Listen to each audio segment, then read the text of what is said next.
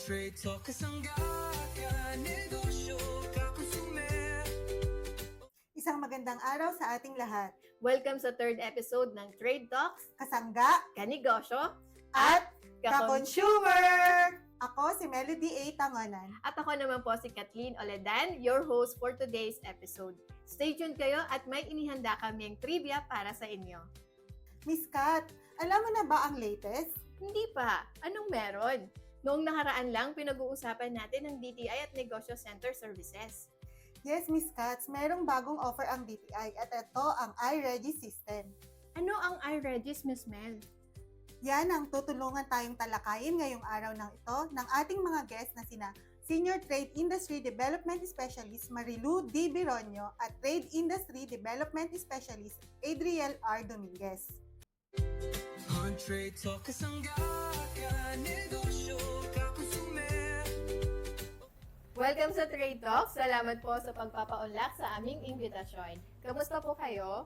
Mabuti Miss Kat and Miss Mel. So, masaya kami at excited na ibalita ni Miss Adi yung ating bagong online platform na tinatawag nating iRegis or yung ating Integrated Registration and Information System. Welcome sa Trade Talks, Miss Adi. Pinag-uusapan nga namin ni Kat kanina kung ano nga ba ang iRegis. Pwede mo ka ba kaming bigyan ng overview dito? Siyempre naman, Miss Melody at Miss Kat. So, ang iRegis o yun nga ang tinawag na Integrated Registration System, ito ay isang online portal na dinisenyo dito sa Pilipinas para mas streamline ng iba't ibang government transaction para ito ay mas accessible para sa lahat. Ito ay nagsisilbing platform nga na para sa mga iba't ibang business para mag-apply sa mga accreditations nila, mga sales promotion, or kaya mga import-related processes. Ngayon ko lang po ito narinig. Matagal na po ba ito, Ma'am Lu?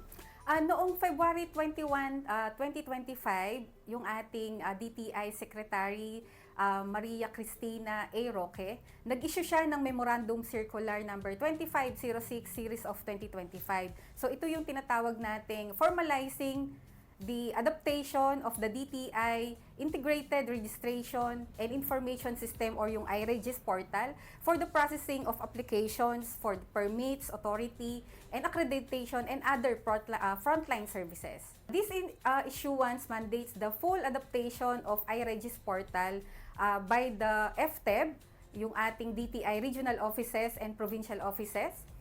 May legal basis din ito, Miss Kat and Miss Mel, no? Ang legal basis ng ating Memorandum Circular ay yung Republic Act 9485 or yung tinatawag nating Anti-Red Tape Act of 2007 or yung ating Ease of Doing Business and Efficient Government Service Delivery Act of 2018. So, yan yung pinanggalingan ng ating Memorandum Circular 25-06.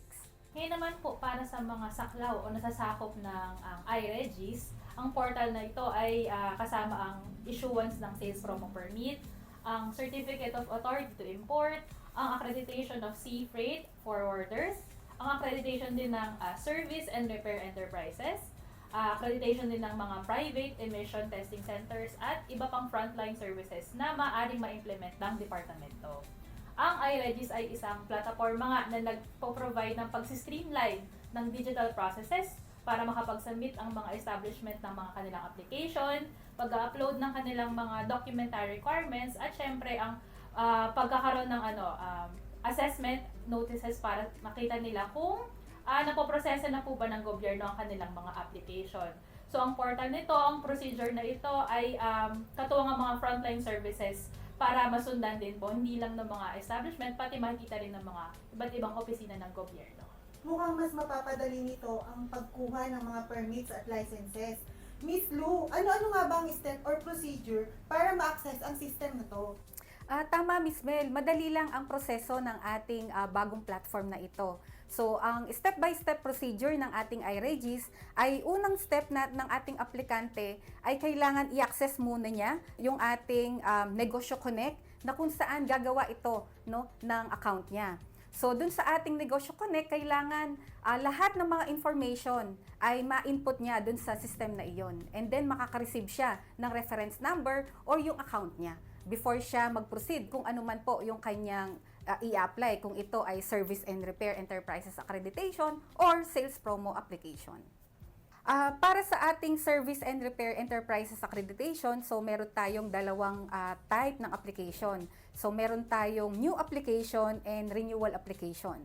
For the new application, mag-register lang yung ating client sa Negosyo Connect at magkakaroon ito ng reference number. At pupunta sa kanyang dashboard at i-click yung Service and Repair Enterprises menu at doon i-upload niya yung kanyang lahat ng mga documentary requirements.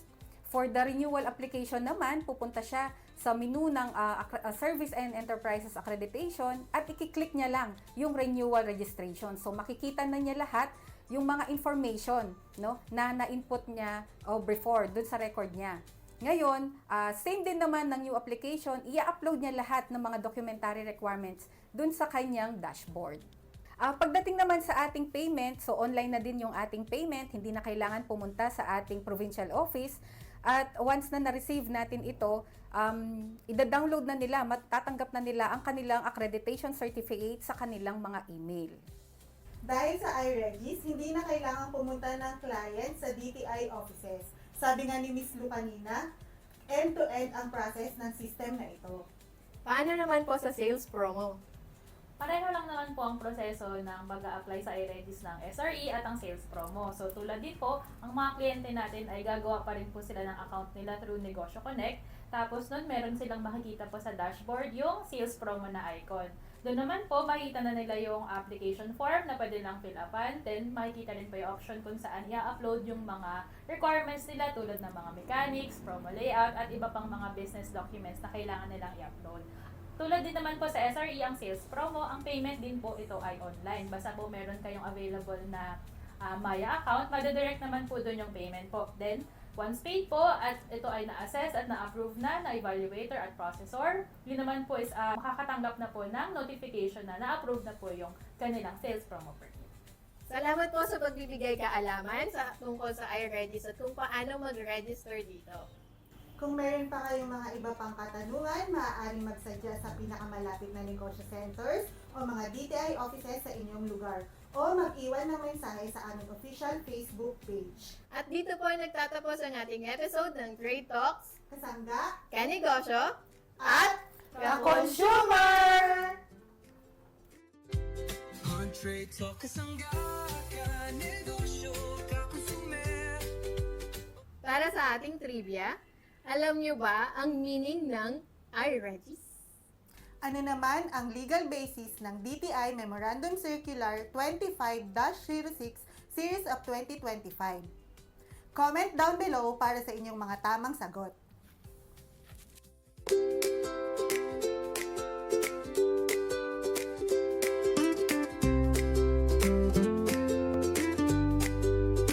DTI Zambales, sa'yo ay kakampi. Negosyo'y kaagapay, konsumer ay gawi. Serbisyo at programa, laging nakalaan. Kahunlaran para sa lahat ng mamamayan. On Trade Talk kasangga ka, negosyo, kakonsumer. Oy, sa bawat hakbang, ikaw ay aasahan. Serbisyong tapat, kaagapay ng lahat. Zambales sa angat, pag-asa'y sisikat. Kabuhayan, puhunan, tulong sa mga MSME. Timbangan ng bayan, presyo'y makatarungan. Kabataan at pamilya, lahat ay kasama. DTI Zambales, katuwang sa pag-asenso. New treats ang kasangga ka, negosyo, kakonsumer. DTI Zambales, sa puso'y naglilingkod. Serbisyong tunay para sa bayan. Tagumpay natin ay walang hanggan.